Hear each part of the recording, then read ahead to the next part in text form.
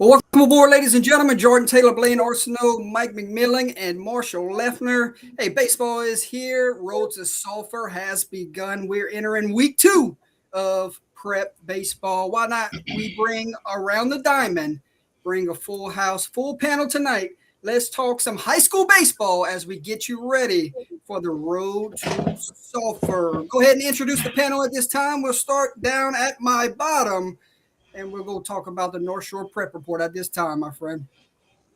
Yeah, Jordan, I appreciate you having us on, man. We, North Shore Prep Report, we hit a year today, so I appreciate you letting us come on today. But started this thing a year ago, covering 7 baseball teams in our area, and it's turned into something unimaginable for me. But we've got a great area, great coaches, great communities, and kids. So it's our pleasure to people would call it a job, but we're blessed to be able to do this for sure. Congratulations and continued success, my friend. We go down to our bottom right. Marshall Leffler, 446 Sports and the Red River Roundup. We've been working really hard to preview the baseball teams in our area in Central Louisiana this spring. So we're excited. There's a lot of good teams, a lot of good players that are returning. And a lot of programs that feel like they're going to be a factor once Sulphur becomes part of the conversation. So we're excited for spring. Welcome aboard, Mr. Marshall. And we go to right on side me, Mr. Blaine Arsenault. Your idea. We're here. Let's get it going. What's going on, my man? Yeah, Blaine Arsenault, Full Count Baseball Podcast. I started this like last year, just trying to interview coaches, trying to shine a spotlight on their program, stuff like that. Hopefully I can get to the North Shore. I haven't got there yet, but get there soon, and it's ready to talk some baseball. Ready to talk some baseball indeed. As we do enter into week number 2. Mike, I got to start with you, my man. After one full week, what has really stood out to you from your area? Well, we had some really exceptional baseball last year. In 5A, North Shore and Slidell made some big runs. We had Hannon and Pope John Paul that were in semifinal games. So the area's really taken off. The area in whole has really produced a lot of talent over the last, 10, 15 years and even beyond that. But, to be able to highlight it and expand on it, it has been great. First 2 weeks has shaped out a lot like you would expect. A lot of area teams playing each other, right? So, I say as North Shore Prep Report, I hate when our teams play each other because we can only go 1-1 on the day, in a game. But, we've matched up with some tremendous opponents. We cover a little bit of that Southeast New Orleans area as well. So, Brother Martin and John Curtis have played a good bit of our teams. We've seen Rummel and some of those guys in the Catholic League. And then look, I have to say this too, the river parishes between Destrehan and Hahnville, they've got some really talented teams this year. But so far, the biggest outlier has been North Shore and Mandeville. Those are 2 really, really talented teams that have been kind of highly ranked. They played tonight. Mandeville gets the win. I believe it's 4-0. Sam Mars, who's a Southeastern commit as a pitcher, I think he pitched 6 2/3 innings, no run baseball. North Shore is about as deep as a team as I've seen on the North Shore in quite a while, from pitching and at the plate. There's some kids who I think very highly of who might not see a lot of time this year, and that's a testament to when you're building a program like that. So the things that have you thought were going to happen going into the season, they're there. The big time players, Caden Amy, he's a UNO commit at Pope John Paul. He pitched a second game tonight. Another one hitter, a win. There's lots of those things going on. I've got my eyes on some teams that I think I won't say will surprise people in our area, but will surprise people around the state. Fountain Blues lost a couple really close games recently, but they've got probably the most young talent around. Tanner Conley, Sawyer Shane, those are both sophomores, top 5, top 10 ranked kids in the 2028 class. They've got a 2029 and Aiden Easley, who's absolutely phenomenal. And they've got a senior class that's really good with a couple of juniors to sprinkle in. So, that's a really talented team.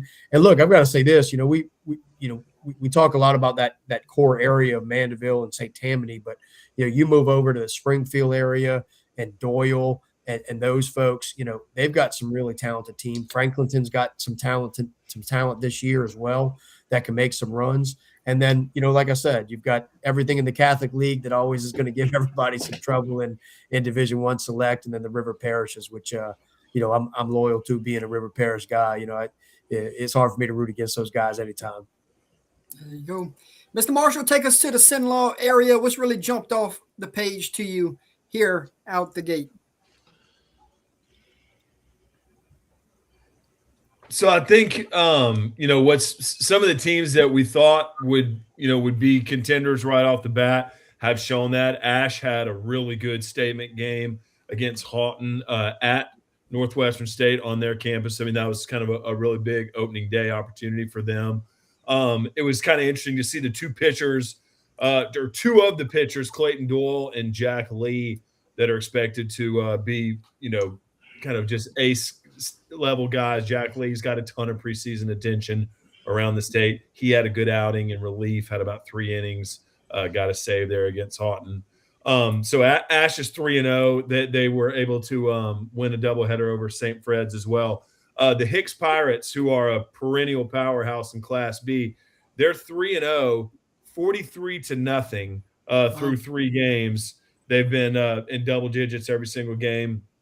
Another team that's done that, Gina, they've had double-digit runs in every game. They're 4-0. And so kind of right there, you see the spectrum of Cenla baseball. I mentioned a 5A team, a Class B team, and a 3A team. Grace is another school that's 3-0. So, but not even besides teams that are, that are undefeated in this early season, just kind of the broad spectrum of teams that expect to contend. There's probably 10 to 12 just in in a few parishes that you could legitimately think today are good enough to make a run, and who knows where we'll be toward the end of the season. What stood out for sure has been coaches' focus on pitching and defense, as far as preseason, as far as mindset, as far as whether they're coming back with 6 starters from last year or whether they're replacing everybody like Natchitoches Central is. The focus has been building your pitching staff, figuring out who's going to consistently throw strikes, and then just routine defense, routine defensive plays. Those are the things that coaches feel like they can control early on. The focus on hitting the long bomb or blowing people's minds offensively has been the furthest from what these coaches have talked about. Pitching and defense has been the focus. Good deal. Blaine, wrap things up here in the Acadiana area. I know you play in a loaded district yourself as over there as a coach for New Iberia. So wrap things up for us in the Acadiana area, what you've seen so far. Also, little preview of down the road when you do see the Barbs and Sulphurs and Sam Houstons of the world. I'm not ready for that, man. That's nobody is. You're okay. Excuse me, man. That's a gauntlet within itself, and I think we start with Sam. So start Sam and Barb right off the bat once district start. So, wow. But some shocking stuff that I've seen in the past week. Turley's going 2-4. I know they went back to back last season, but they lost to Acadiana, Benton, Tioga, and Southside.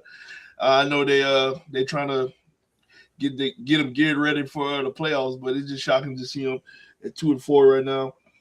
Hey, look, Coach, they dropped one tonight to Brother Martin, a 1-0 game. That's 2 powerhouse teams, so nothing to be ashamed of. That it'll help on power rankings for sure.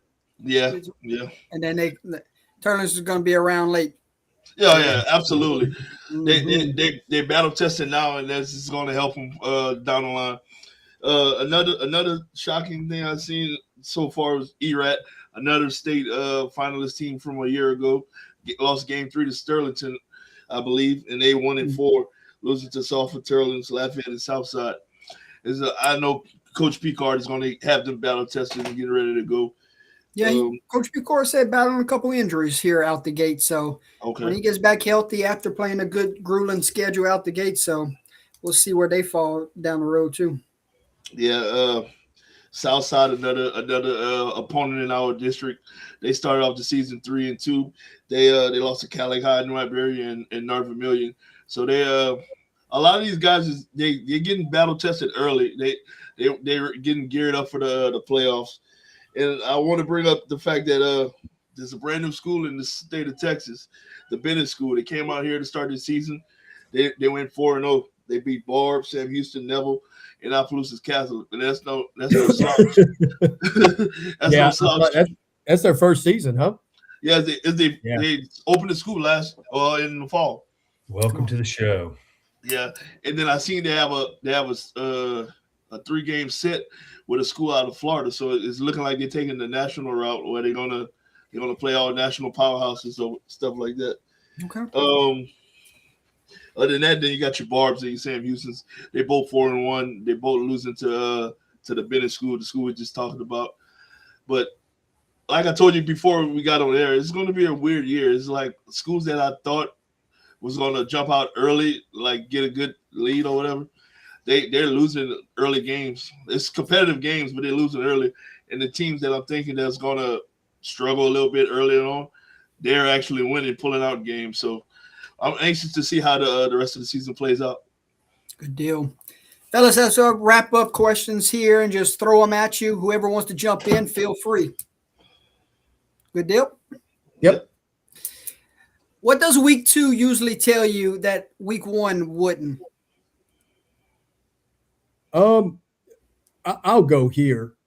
What I've looked at, or what I typically look at in week 2 is, and Coach Arsenault, he'll admit this, is I think coaches try to put some players in situations to see who they are, right? Yeah. Week 1 can be a little bit of an outlier sometimes, where their kid's having a good time at the plate or a good time on the mound. What I see really good coaches do, and I'll credit Coach Abear at Sam Houston, or Jesse Cassard at Live Oak used to do this really well. I know Brady Benoit at Mandeville is really good at this. Coach Hodges at North Shore. What they do is they'll put some kids in positions just to see how it goes. And they're okay with the result one way or the other, right? But they kind of want to know what it's going to look like later on in the season. I've seen that a little bit from a Laranger so far, maybe even a Pearl River. Laranger's sitting there at 4-0 with Hayes Holm. He's a University of Texas commit. He throws 97, 98 miles an hour. Pearl River and Coach Cuvion, they got a really talented, scrappy group in that area. So I've seen a little bit of that. But what I've looked at really tonight is, what are these pitching rotations looking like, right? Because coaches want to be patient with pitch counts and ensure that you're not throwing a kid 100 pitches in week 1. Week 2, you're seeing a little bit more of that. Coaches are human too, right? We get to a point where if a kid's gonna be able to throw 100 pitches, we're going to get on it now, right? We're going to get on it and go, because it's different than it was 10, 15 years ago. These kids have had fall practices. There's no break really. They're summer ball, they're fall ball. Their breaks, they're kind of ready to go. It's not nobody's on a 30, 40 pitch count, unless they're coming back from an injury or something. I look at the rotations. How long do guys stay in? When do they come out? And who are they putting in those situations? Yeah, I think you saw that with opening day with Ash, with Doyle and Lee. They got just about the same. They got about 3 and a third inning each. It looked very specific. And you've got, that's one thing, Mike, we've talking with coaches now. High school coaches have guys on their staff that are there for analytics. That's part of their title. That's part of what they're doing. So, and that's awesome. That's, of course, that can only help. I think one thing that week 2 can bring is what happens to your program after that opening day lull. With opening day, there was no weather. So like everybody around the state got to play that wanted to, do game 1 on that day. But how do you settle into, when that excitement is, has gotten past, whether you won or lost, but now you kind of have to get into that grind part of your schedule to where your process or not. Yeah, is going to have to show. I don't know if y'all watch LSU baseball, but York just hit another one. Go ahead, Mr. Marshall.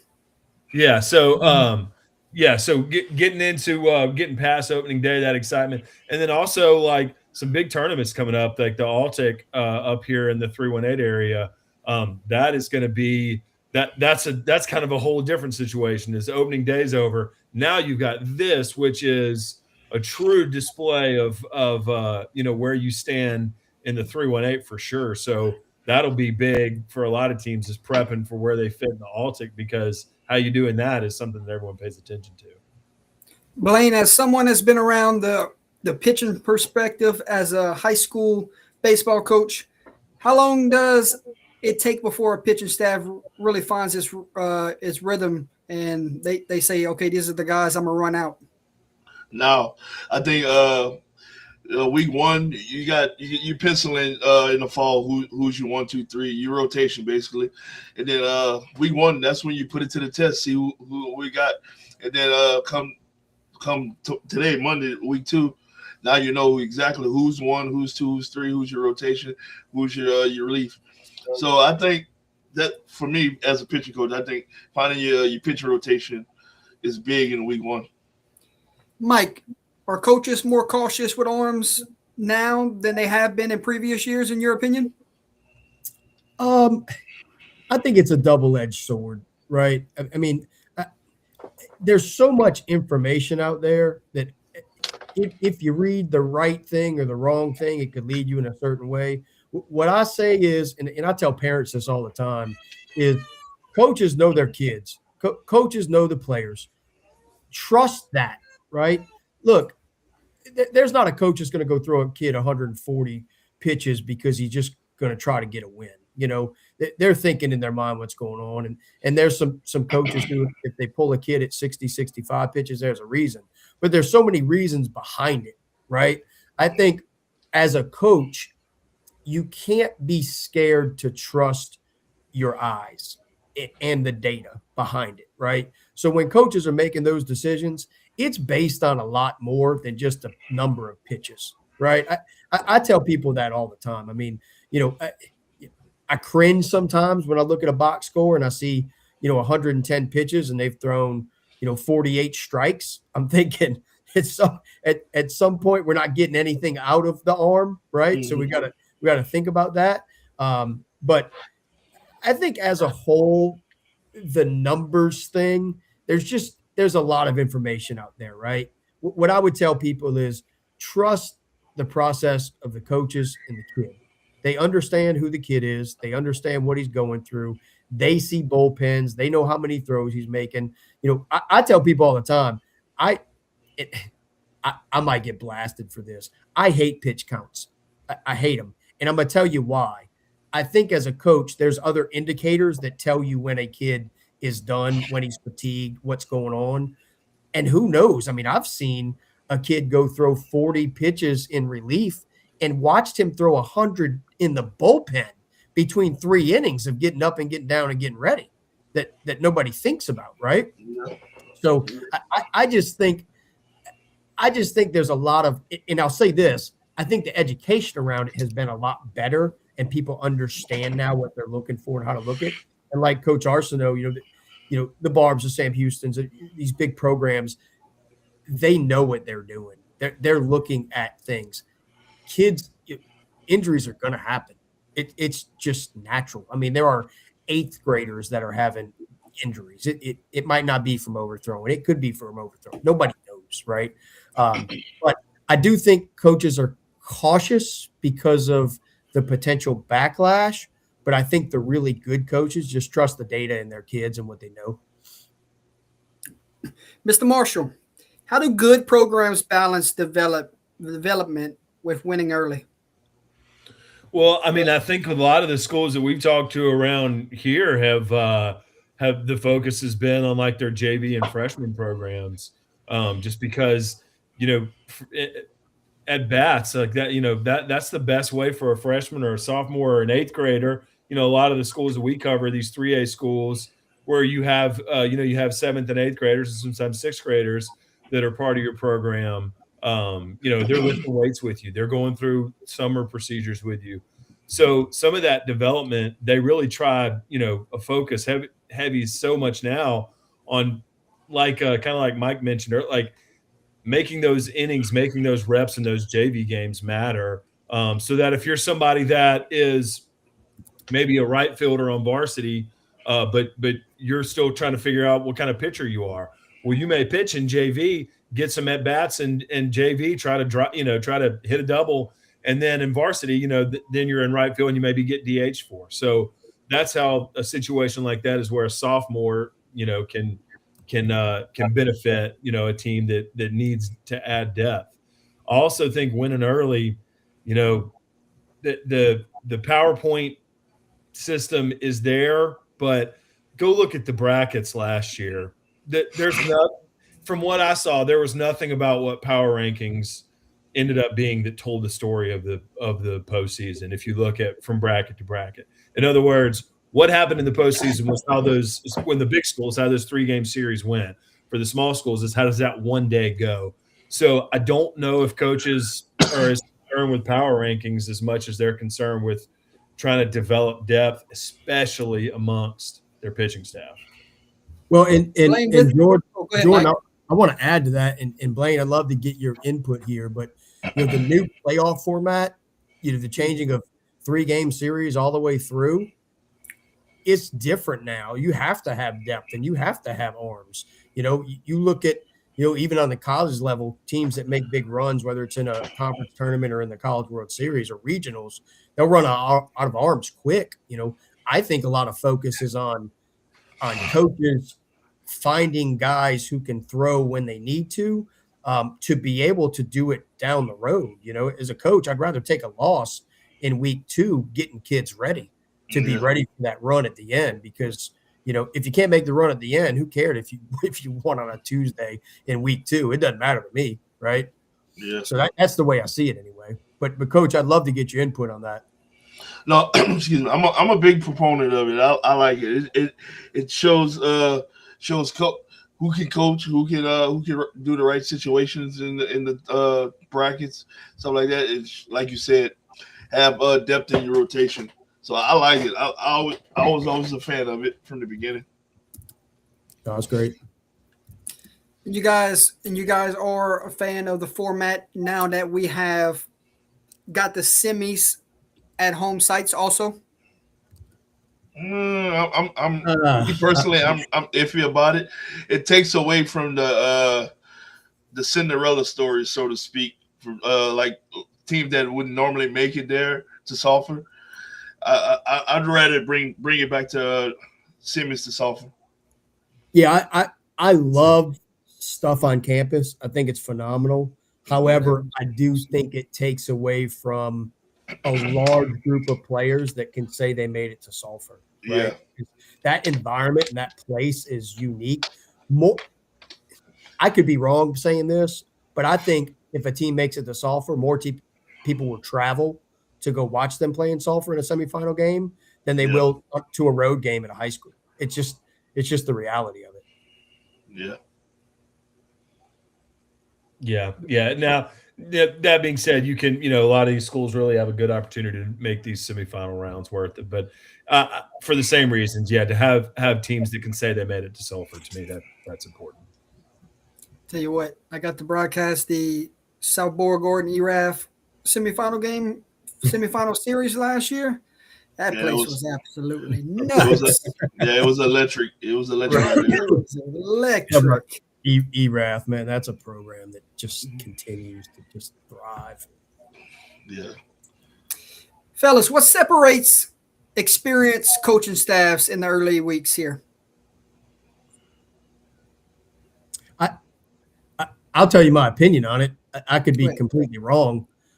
I think the really good coaches are they're less motivated by the wins and losses. They're in the development phase of getting kids where they need to be, figuring out lineups, figuring out rotations, figuring out who's who still right now. And I think the good coaches do that. I think for me, it's easy to trot out my best 6 or 7 guys with a couple fringe guys with the same lineup every day because it's what I think.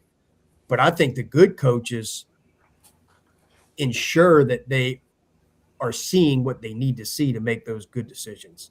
So, I'm not afraid to go get some losses in week 1 and week 2 and maybe even week 3 in a tournament to figure out who we are, so that by the time we're in the midway point, we can ensure that we're always in the best spot as a team from a player personnel standpoint. Mike, you could have said that any better. I totally agree with that. That was spot on for me.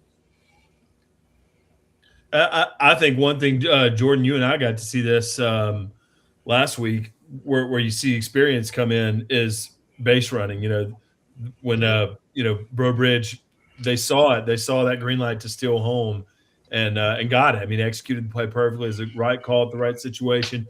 Bro Bridge had a lot of first and third situations with both where they were the base runners and where Port Barry was the base runners. You could see how a 27-year coach, someone who's been with that program for 27 seasons, 4 as the head coach, both had his base runners putting pressure on the defense, and then also having his defenders be able to defend first and third so well.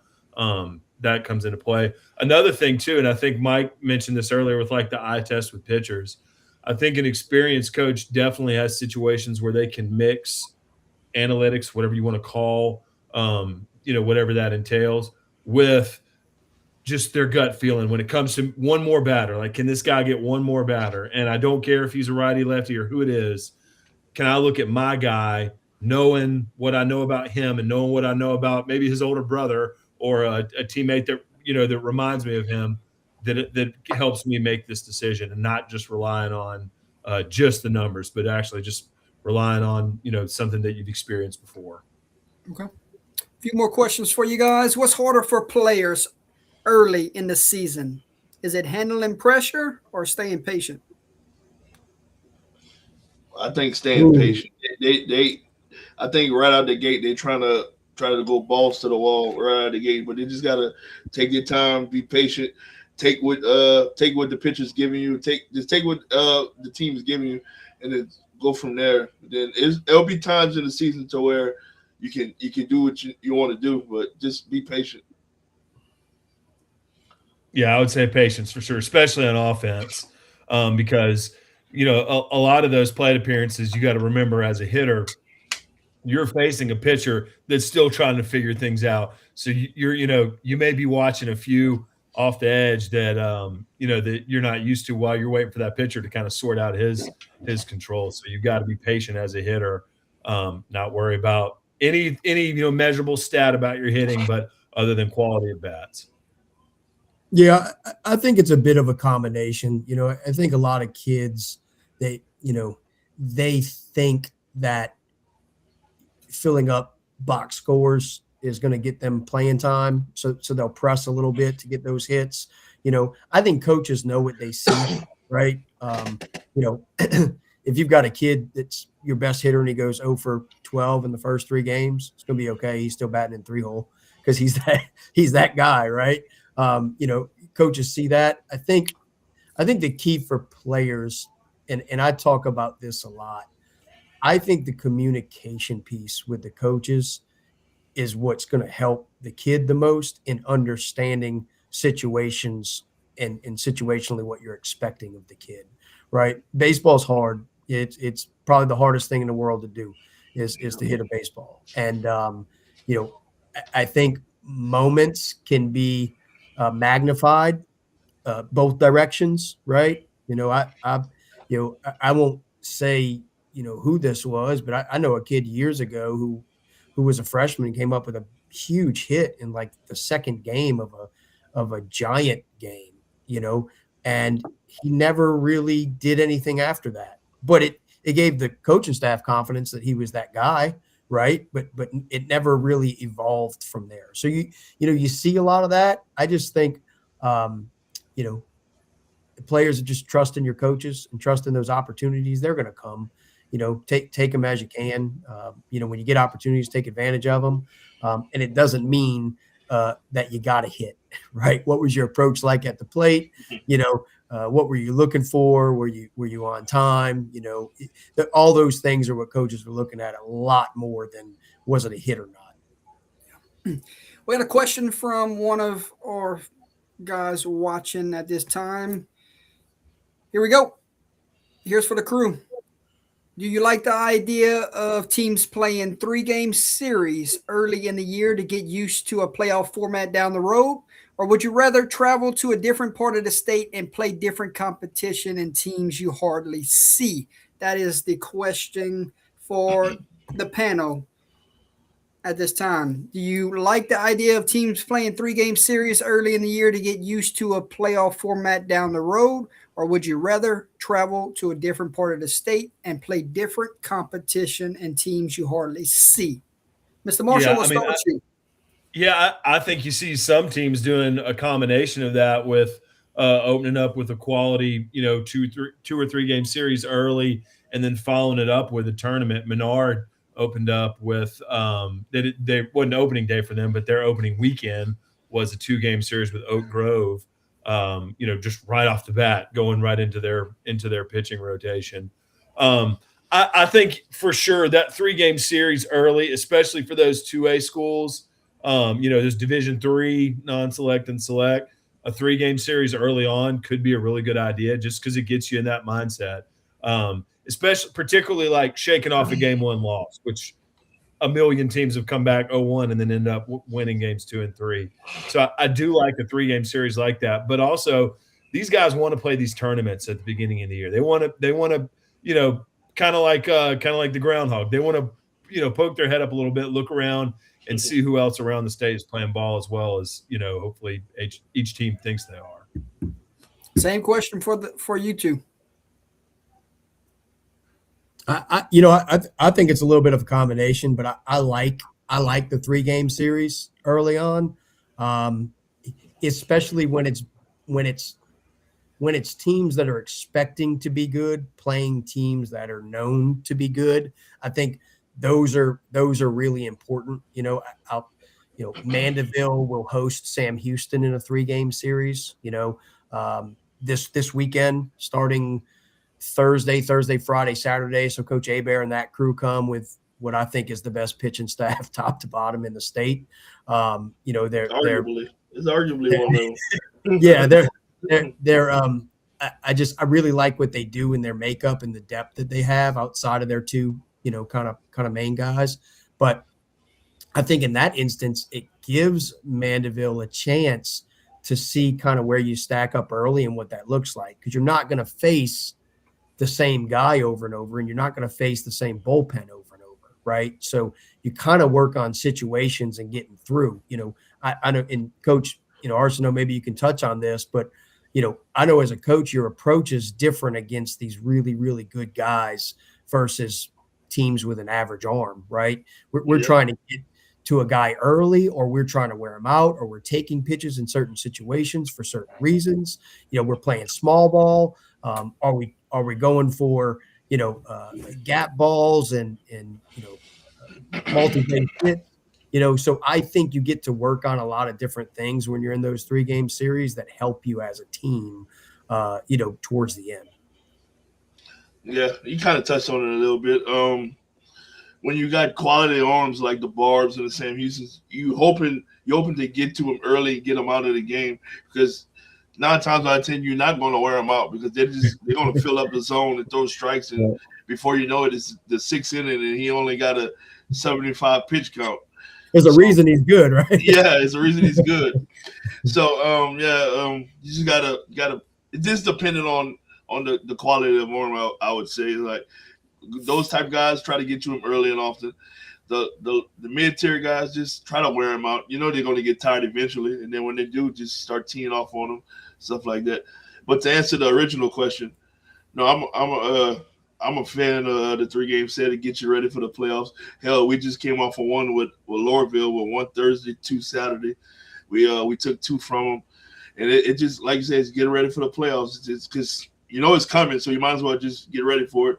And then, as far as tournaments, you really don't have any control of it. So whoever's hosting the tournament, they can put you whoever they want, who they want you to play with. So you just. I think everybody should just do 3-game sets, to be honest with you, in the first few weeks of the season. Okay. Yeah, I'll say this: I would be a huge fan of district play looking something like that as well, right?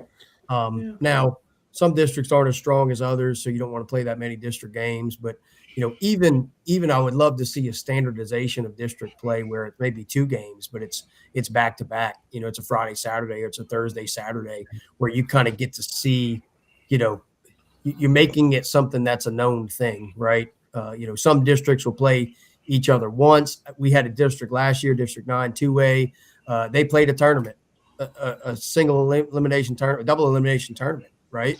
Because they didn't have enough round robin. So, I was talking to a girls basketball coach the other day. We're talking about district champions and how it's determined, and they have their own bylaws in each district. I would love to see some kind of standardization amongst, what is done and how it's done from a fan standpoint, from everybody understanding what's going on and how to follow it. Yeah. If I'm not mistaken, I think we're one of only 2 districts left that plays each other twice. Everybody is once, or everybody has a district tournament. So yeah, so that's a lot of games. I don't know if I'm a fan of doing that in district. Oh yeah, I'm with you there. 9 teams, that's a lot. We lose. Yeah, and the way it works. Oh, go ahead. I'm sorry. Yeah, no. Well, with every sport, like what works perfectly for one district is just not ideal for the next. I mean, it's just kind of the way it is. But yeah. Talk about our district. We got Carencro this year, so next year we drop Carencro and we add STM. Talk about a juggernaut, right? Moving along with the show, guys. I'm gonna start with Mr. Marshall. Give me some teams to keep on everyone's radar moving forward. I mean, I think for sure from my area, Buckeye. I mean, 20 wins last year. Marty DeWeese is in his first year as the head coach of the Panthers, but they are waiting on a lot of their basketball players to wrap up basketball. They've got a great basketball team this year, so they'll be somewhere in that postseason bracket. They had an all-state first-team pitcher graduate last year, so it'll look a little different for them just as far as what their staff leans on. But I would look for Buckeye for sure. I mentioned Menard earlier. They are loaded offense, defense, and pitching. They've got enough starters. They've got enough bats, and they've got enough defensive versatility, I think, to contend in D3 Select. Got a great coach, Jordan Marks. Mentioned Ash earlier. That's another. I think he has 11 seniors at least. So he'll have upperclassmen that are looking for ways to get into the game. Hicks will be right back. Hicks is another school that is waiting on some basketball players. That's a Class B school, and they're doing really well in basketball as well with a lot of the same students. I mentioned Grace. They're 3-0. They have a pitcher. And I know, Blaine, that you've talked about this guy, Logan Markle, left-hander, sophomore. We saw him his freshman year. A 5-tool player as a 10th grader.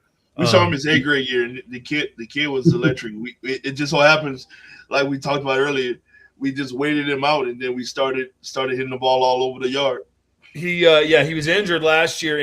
Had a hand injury, so it limited his pitching, but was very effective as a first baseman and batter. So he'll be a factor as well. Pitkin is right back, and Blaine, you've talked with Coach Holt over at Pitkin as well. I really would like to see what Natchitoches Central can do with their first year head coach. Pineville and Tioga are always strong in the Alexandria Pineville area. Tioga's off to a really good start. Pineville had their home opener tonight. A lot of teams that are kind of still waiting to come into form once their basketball players are done. But yeah, I think that some of the strong teams from Sinlaw last year are going to be right back there again. Blaine, let's go to you. Give me some teams to keep on everyone's radar moving forward. I guess I'll be biased here. I'll say New Iberia. Man, we have 13 seniors. They've been playing together for the last 3. They've been playing together since they was 9 years old. But varsity wise, they've been playing together for 3 years, starting since freshman sophomore year. And we have the deepest pitching staff we had in a very long time. But Erad, I know we talked about them earlier. They just got a slow start, but Picard wait for his guys to be back and healthy. I think they're gonna make a run. They're gonna win district later on in the year. Turlins is Turlins. They probably up front loaded their schedule so they can be competitive, which everybody's doing. I think they'll be okay. Barb St. Houston, they're them. So it's a bunch of schools that I'm waiting to see just after this week to see what they're going to do. How about we get LCA and St. Thomas More this week? Yeah, I just saw it. No, they played tonight. I just saw it tonight. We have a score update on it. They're playing at McNeese tonight. Yeah, they STM won 11-1, I think, if I'm not mistaken. Okay. Cougars are always strong. 11-1, and they lost the season opener to the South Side, and they strung along a few quality wins, so they're going to be tough as well this year. It's going to be a strong Lafayette area this year, for sure. Yeah. Mr. Mike, give me some teams that is going to be on everybody's radar moving forward. Well, you've got your standard Baton Rouge area. Catholic High is going to do Catholic High things, so University of Catholic is going to be okay. They've got a kid who came from Live Oak last year, Dakota Jones, who I think very highly of. He's extremely talented. Parkview Baptist is another one that's got some depth and a lot of arms. Those guys, Coach Hawk in that group. In the River Parishes, I think Destrehan and Hahnville, I think that's going to be a phenomenal matchup when those teams play. Coach Meir at Destrehan, he's got some depth and some really talented kids. Hahnville's got Cole Romero as an LSU commit. He had a great opening day on the mound, and he'll probably hit 10, 12 home runs this year, which is absurd to think about saying that out loud, but it'll likely happen. And in the Catholic League, Brother Martin and Jesuit, I think they're kind of the leaders there. John Curtis, they've got some depth and can really make a run. And then moving to the North Shore, I think North Shore High School, they've been there. They've got the horses to do it. I think they're more talented than they were last year, which is kind of scary to say that because they were really good last year. I think Mandeville's got a chance. LaRanja, anytime you have a pitcher like a Hayes Holton who's committed to Texas, you're going to have a shot. Big shout out to Tanner Mathern tonight. Just got that in. He threw no hitter against Ponchatoula, so that's another pitcher for them, right? There's a lot of talent there. I think you'll see here in the next 2 to 3 weeks things start to shake through a little bit and start to see who's going to be who. And I'll say this: I think there's always going to be teams with good pitching. When I look at Sulphur and who is going to be in Sulphur, I look less at pitching staff. I look at the size and the ability for extra base hits. And every time a team wins a state championship, maybe not every time, there's outliers. They're big, and they have the ability to put crooked numbers up because they can hit for power. It's really hard to make deep runs against really good pitching staffs hitting singles. It's so difficult because you have to be so good on the mound and so good defensively. But, those teams that can go hit a 2-3 run, double home run, it changes the narrative. It changes the game. Hey, how's Lakeshore on that end? Lakeshore's good. They lost a really good player last year, Usama Delgado. They've got some depth on the pitching side. They've got to find some bats. They've got a tremendous catcher, a left-handed. Well, I say left-handed. He's a switch hitter, but he bats from the left side a lot. Grant Bouillon, who's really good. They've got some depth on the mound. The Galliano kid can throw it. Trish is coming along. Their problem is going to be, I don't know. They're going to have to find a way to score runs. Now they beat Slidell tonight, 8-7. JJ Velthouse with a walk-off single in the bottom of the 7th. But that district coach, LaRanja, Pearl River, Hannon, it's Franklinton and Slidell. Lakeshore. That's Slidell's in 7-5A, but that's a loaded district with a lot of really talented kids and a lot of really talented coaches. Jordan, you saw a comment there about Sterlington. Yeah, that's a team that returns some unbelievable talent. Miller Sheets, who I believe is being recruited by Baylor. Is he in his like 9th year there? He's committed at Baylor. He committed. I think he's already off to a strong start. And his I'm sure this season is the same, but I know in the past his dad was part of their coaching staff. Not that I'm back there again there this year. Devin Downs, who was a big part of their football state championship run. He's being recruited at the top of college baseball as well. He's back in the outfield. Brady Belonger, Landon Johnson. They've got some guys that you're familiar with from that team last year that are already off to strong starts this year. Without looking, my assumption is that they're in the Trialtic tournament. So you'll get a good chance. They hosted up here, pretty soon. But yeah, they're going to be just as strong as they have been. Yeah, they're hosting a site over there. So yeah, that's not surprising. Yeah. Good time to go talk about the state champions from a year ago. See where they're at out the gate. Let's start with Class C. What do you know about? I might mess up this name, but the state champions from a year ago, Ebar. Yep. So far, I'm thinking they're a basketball school also, waiting on some guys. They're 0-2 out the gate.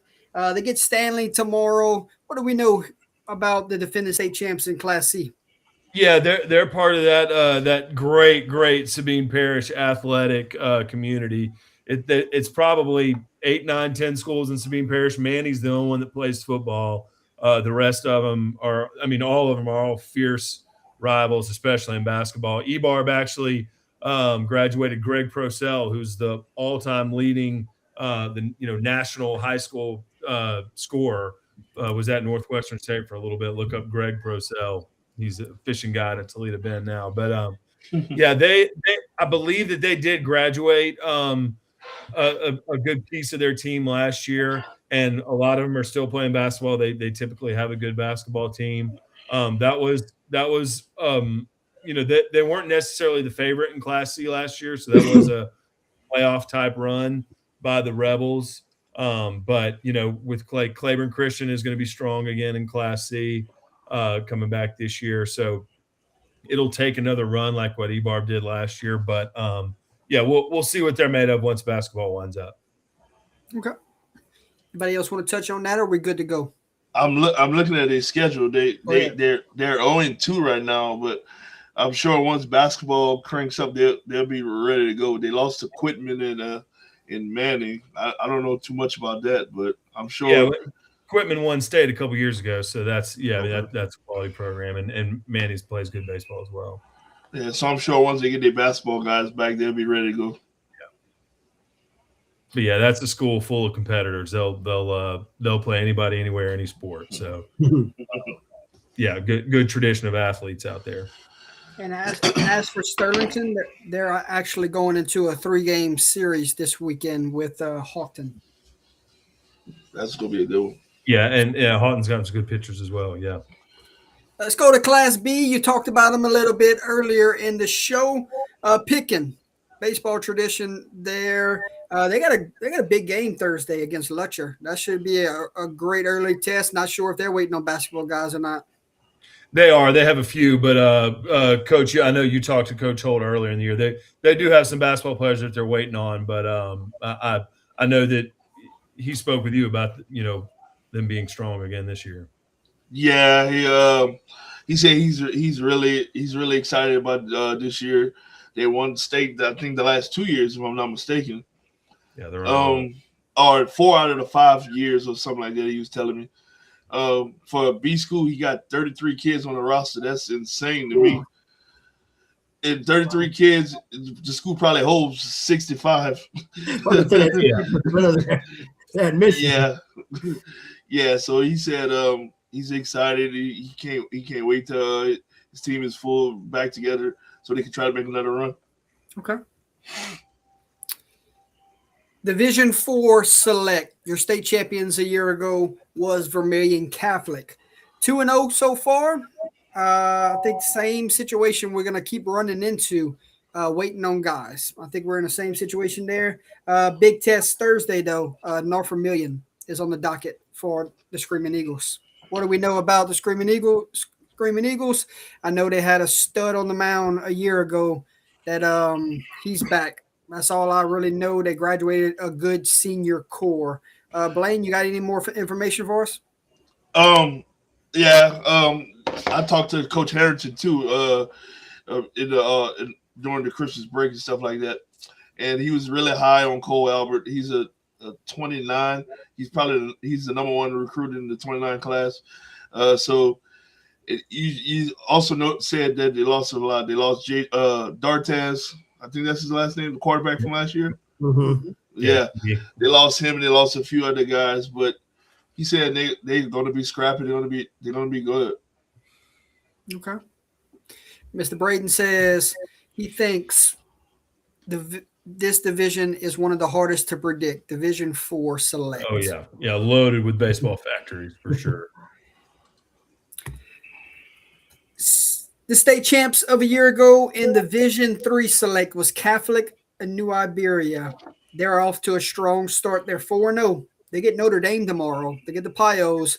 Also, the only 2A that was ranked in the top 25 in the Prep Baseball Report. So Catholic New Iberia, what do we know? Strong out the gates. Might be a recipe to repeat again.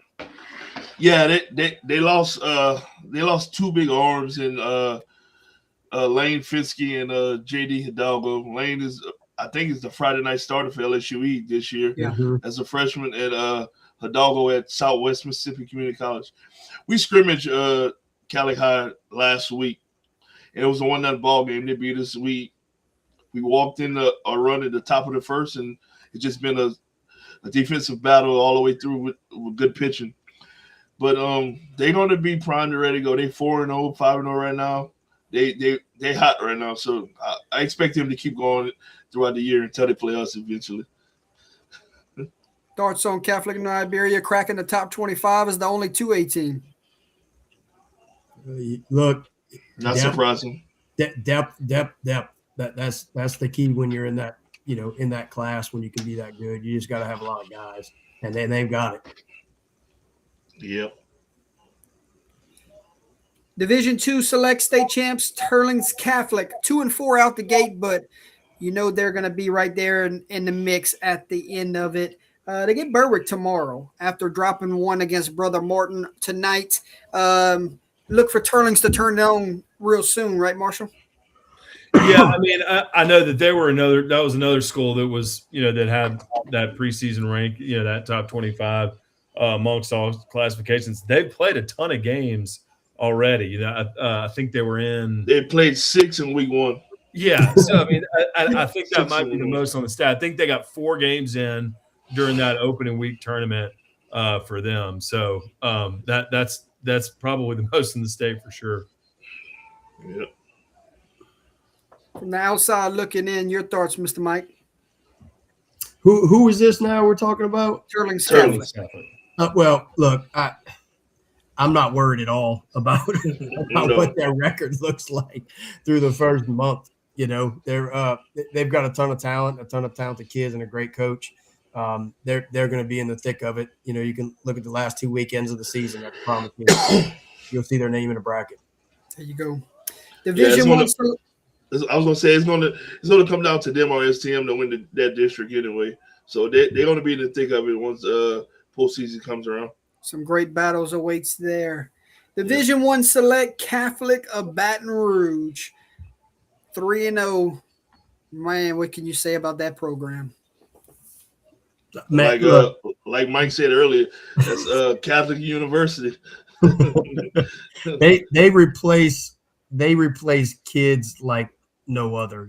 If you look at what they lost just last season, and the season before that, they might be deeper this year. They might not have the top end talent, but their depth is absurd. Coach Bass is, he's a wizard, man. He what he gets out of those kids in that program, he does it right.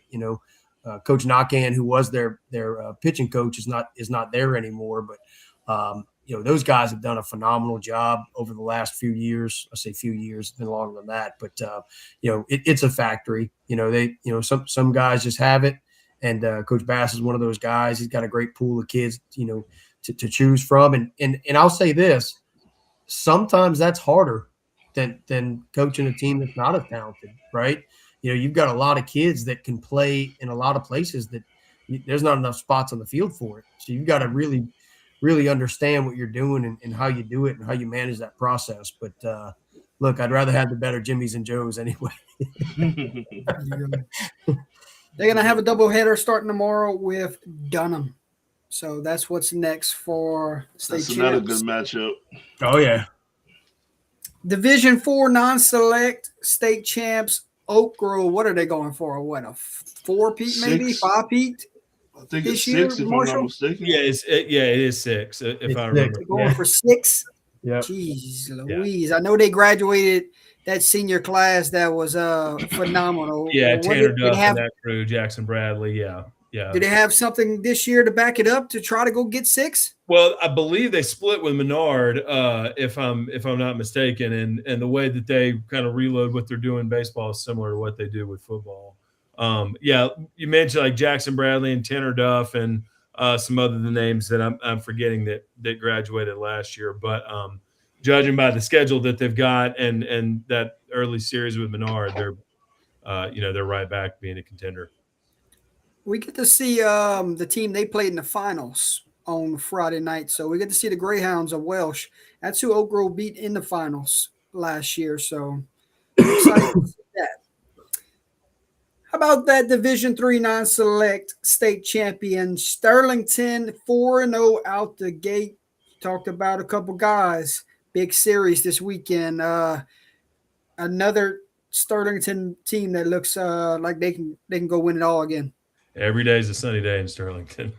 Marshall, that's another great classic story of Jimmy's and Joe's right there. They've got some guys that are just different cats, when yep. in a very competitive Ouachita parish.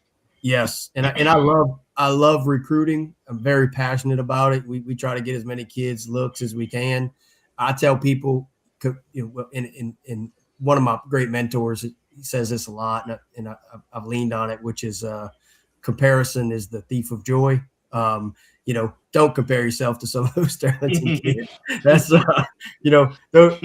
those are unicorns. Some parents somewhere are saying, well, when my little Johnny was 11, he was better than him. He's not anymore. I promise you that. Those guys are different. Mr. Mike, let's stay with you here. Your Division 2 non-select state champions out to a 3-1 start. They get St. John tomorrow. It's the Bruley. Look, that's another one that is interesting because they lost some key components from last year's squad, and I'll be interested to see kind of what that rotation looks like and if the offense can produce, to stay where they are. But once again, it's another really talented group of kids with a great coaching staff. It's more than just their head coach. They've got a really good crew over there. So, it's in other words, like, I feel like you could fast forward a couple months and know who you're going to talk about here, and they're one of them. Yeah, for sure. Finally, the Division 1 non-select state champions from a year ago was Sam Houston out to a 4-1 start. They get Edie White tomorrow, state runner-up in their classification. Your thoughts on the Broncos? If they're going to go back-to-back, it's going to have to go through the gauntlet to get there. Yeah, just to what Mike said, you can fast forward and you know who to talk about. Sam Houston is one of those schools where you can fast forward, you know who to talk about. They don't. What's that old saying? They don't. I don't know. I lost track of thought, but they're gonna be good. They're gonna be good. They don't reload.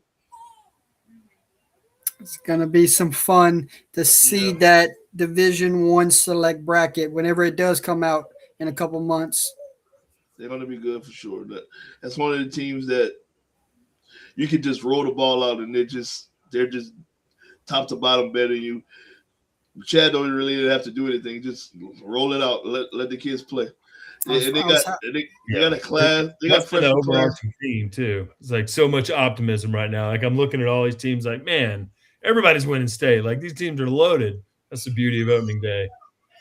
They're slowly becoming how everybody used to talk about Barb. They're slowly becoming talking about Sam Houston now. And Barb is starting. I don't want to say Barb is starting to be an afterthought, but Sam Houston is starting to jump Barb in everyone's conversation. I was happy to see them get over the hump for sure. So sorry I lost you guys. I'm actually out of the country right now, and the internet after a while they kick you off and you have to get back on. So it's not equal to same. And look, I was going to say this. They got that game with Edie White coming up. Caden Amy from Pope John Paul, he's a UNO commit. He threw a great game tonight. They just beat Edie White. I think it was 2-1. Edie White's a really interesting team. Barbera, if you've known that kid, he's been their quarterback and one of their best players on the team. It was him on the mound against Amy tonight in a fantastic matchup. I'll actually go back and watch that probably here later. Okay. Real quick, let's promote the tournaments that are coming up this weekend. I know they got the big one in Monroe. I know they got the Beauchamp tournament here locally. Any other ones that we should promote tonight? We'll start with Marshall. What's going on from your area? The Billy Allgood Classic of Wolves Charter in Mansura and Wolves Parish, Louisiana. They won back-to-back in 23 and 24. The Billy Allgood Classic is this weekend. Was the legendary coach at Louisiana College. The field there at LC is named for him. He kind of helped build that baseball program at Wolves Charter once they started up. Their head coach, Stu Regar's, been there 18 seasons, got those 2 state titles, and they get to show off their really nice facility this weekend at the Billy Allgood Classic in Wolves Parish. Got it. Mr. Mike, any tournaments that we need to know about from your area going on this weekend? No, sir, not this weekend. We got a bunch of really good action. We've got some 3-game series and a lot of really talented teams playing really talented teams. When you look at the 3-game series, what's one of them that really catches your attention that people might want to get to the ballpark and go watch this one?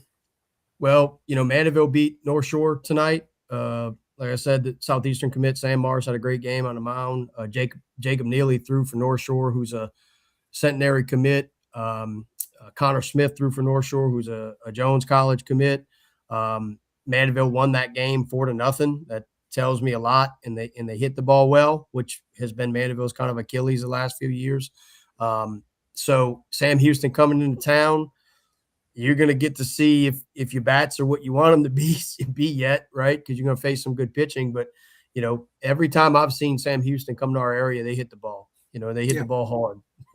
So it'll be interesting to see what it is. But I think that's a big matchup. I don't think – I say regardless of how the series goes is not indicative to either team's season. I just think at this point, early in the year, just go out and watch some good baseball. There you go. Big series there. You're going to be back in town, or you're not going to be able to catch any baseball this week? I am going to be back in town, and I'm very excited to be back in town. There you go. Blaine, I know we got the Beauchamp tournament here locally. Anything else going on around the state that you know of tournament-wise we can promote tonight? No. I know about the Trialtic. We're in the Beauchamp tournament.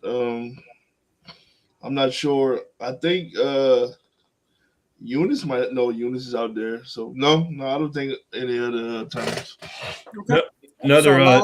Go ahead. The 3-game series in Alexandria. They call it the subdivision series between Ash and Menard. Thursday, Friday, Saturday, they're all going to be on 446 Sports. You'll be able to watch them live and on demand.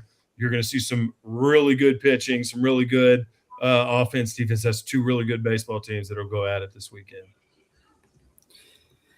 A lot of great baseball. Hopefully the weather stays intact so we can get out to a ball field, see these young men put on between the lines. Let's close things out here this evening. Let's get your 2026 outlook, Mr. Mike. What do you want to see this year? What I would say is I'm so impressed with the level of coaches in our area, from the South Shore to the North Shore. there's some guys that run, and I mean this, college type level programs, from top to bottom. So I look for just continued growth and depth of programs. I love it. Cinderella stories are great, but I love when really great teams are great because that's hard to do as well. Um, I think there's going to be some kids that really flash on the screen this year. I think last year on the North Shore, on our commitment list, and we weren't covering as many teams. I think we had 54 kids that signed to play at the next level just on the North Shore. I look at that number increasing this year, and I think that just speaks to the level of baseball that we have. There's a large number of Division I commits, which everybody knows how the recruiting piece goes now. That's probably harder than it ever has been, which tells you about the level of competition as well. So I'm looking forward to it. I think there's some teams that are going to make some runs, and I think there's some phenomenal district matchups. That 7-4A district, 7-5A and 6-5A, 9-2A, French Settlement, Pope John Paul, St. Thomas Aquinas, North Lake Christian, all really good teams that could really make runs. So, it'll be an exciting season for sure. Blaine, we go to you, my friend. 2026 outlook. I know you got the coaching hat on right now, but as you take the hat off and you think to yourself as the Full Count Baseball podcast, what do you want to see this year, 2026 outlook? Oh man, just some good competitive games. I don't know. I don't know if I can take the coach's hat off, man. It's just I want to see our guys at the dog pile at the end of the year. And I know we got a tough stretch in that district to do it, but I like our chance against anybody. But I just want to see some competitive games, see some probably see some new faces that's making runs in the postseason. Marshall, your 2026 outlook. You're going to be a lot of places throughout the state of Louisiana. Give me your outlook here. What do you want to see? So yeah, my outlook is statewide. And real quick, shout out Mr. Chuck Perkins. He said hello. Great guy. He runs TSPN there for Tioga's athletic program. I didn't know y'all could see the comments on the screen. They've been great. Yeah, that's awesome. They're top 10 in basketball, and Coach Colton Knuckles, Blaine, you talked to him earlier, their baseball team. They've already won some. I think they beat Turlings already. So Indians are rolling on all their boys sports this year. Mr. Chuck does a great job. So my outlook statewide, and we talked about this, or I know Mike and Jordan, I've talked to both of y'all about this. These teams that are making it happen in football and baseball, like Sterlington, Erath, North DeSoto, Oak Grove, Central Baton Rouge, teams that are just like at the top in both football and baseball. I'm curious to. Marshall went out of the country on us. Also, I know. Oh, there you go. So 3A, that's going to be a great district with Gina, Bunkie, Marksville, and some good games there. But these schools that are waiting on some of their basketball players and power lifters to get done, I'm looking forward to see how that shakes out. And I'll say this. I'll touch on what Marshall said. Getting to cover a lot of schools and all sports that we do at North Shore Prep Report. Schools that do it well typically do it well across the board. You can tell the schools that put an emphasis on athletics. The environments are different. They're competitive consistently. They have better facilities. The total experience. You see it in the totality of it. There's a reason that you see a lot of these schools in a lot of different sports in these title things. It takes a lot. And I say this, I love principals who are former players, who understand that experience and what that means. I think that helps coaches a lot. I think it helps the kids, and it transfers to the community, and it goes a long way. But we've got a lot of that on the North Shore, and we're blessed to have a great group of people. That's for sure. Mr. Mike, we'll stay with you, my man. Let everyone know where they can find you, where they can find your work, and what's the outlook look like the rest of the week for you. I know you talked about the big series, but what happens from now? I know you got basketball going on, you got soccer going on, you got baseball, softball. You're in the heat of things. So What's the rest of the week look like for you, and where can people find your work? Well, look, you can find us on the internet at northshoreprepreport.com. We're on Facebook, Twitter, and Instagram. We have a YouTube channel as well. We'll be starting our weekly show this Sunday from Game Day Cuts with former Handon coach Chris Garrett. He led that team to the semifinals last year, so he'll be our co-host for the rest of the season. Excited about that. The week is outrageous. We've got soccer scores coming in right now.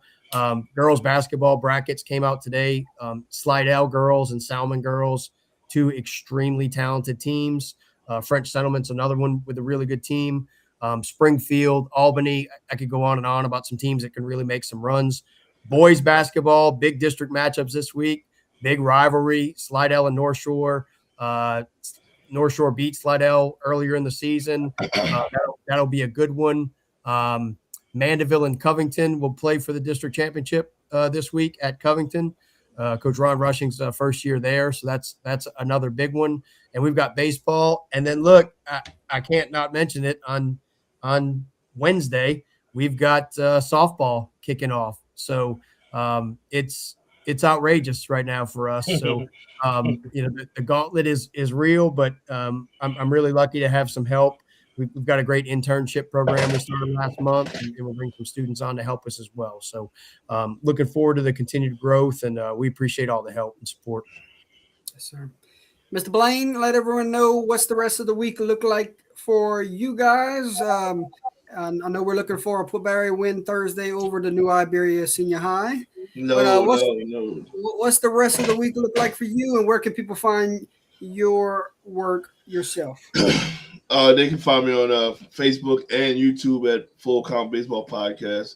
Like I said earlier in the show, we just trying to get trying to shine a spotlight on the coaches around the state and their programs. Hell, Marshall and Mike, I'd love to get y'all on. We talk shop for a few minutes, stuff like that, to see what y'all doing in y'all area. Absolutely. But for the rest of the week, we play Wednesday, Thursday, Saturday. So we have Westgate Wednesday, Port Barry Thursday, and then we got a doubleheader at the Beauchamp tournament against Plaquemine and LRCA. So that's our week this week. Okay. Mr. Marshall, will close things down with you, and you coming from a game tonight, so I know things are still heating up for yourself also. Yeah, be pulling double duty tomorrow. 446 Sports will be broadcasting the Ash and Pineville basketball game at senior night at Ash. So we'll be doing that. But before that, Natchitoches Central's baseball team will be at Ash for a 5A battle between the Chiefs and the Trojans. So I'll be there as well. 446 will have that game as well. I'll be there covering that game, talking to both coaches pregame. And then we've got I mentioned the subdivision series, Menard and Ash 3-game series Thursday, Friday, Saturday. That takes place on 446 Sports as well. So catch me on the Red River Roundup on all your social media channels. We're part of the 446 Sports Network, and I'm working on boys basketball and baseball at the same time right now. So it's crossover season, and I'm having a There you go. Friday night, we will have Welsh and Kinder live on our platform. That is Under the Lights, Facebook or YouTube. Fellas, thank y'all for coming on, talking a little baseball with us. I'm sure there's going to be a lot to talk about moving forward. So thank you for taking some time out of your evening. I know y'all, all three of y'all have busy schedules, so it was great to talk shop with y'all tonight. Thank you, Jordan. Yeah, enjoyed it. Final words, Marshall. Final words, man. I'm so damn sick of these gray skies. I'm ready for some blue skies and get outside down first base line and hear the ping of the bat again. Final words, Blaine. Oh man, thanks again for doing this. I know you said it was my idea, but hell, you did a great job about doing it tonight. Just ready for an eventful season, man. That's all. Final words, Mr. Mike. I'll use this platform to say something I bang the table on all the time. All students should get into high school games for free. There you go. That's what we do. We do that at Nish. So all our students get in free. I love it. I love it. I hope that just becomes a statewide thing, because I just think the experience for students and cheering on other students shouldn't have to be paid for.